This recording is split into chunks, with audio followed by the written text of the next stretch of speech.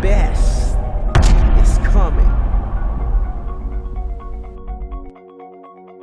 Hi guys, so I'm here right now in Casa La Granja. That's where in La Paz. We're setting up for my wedding tomorrow. So I will have to show you some clips.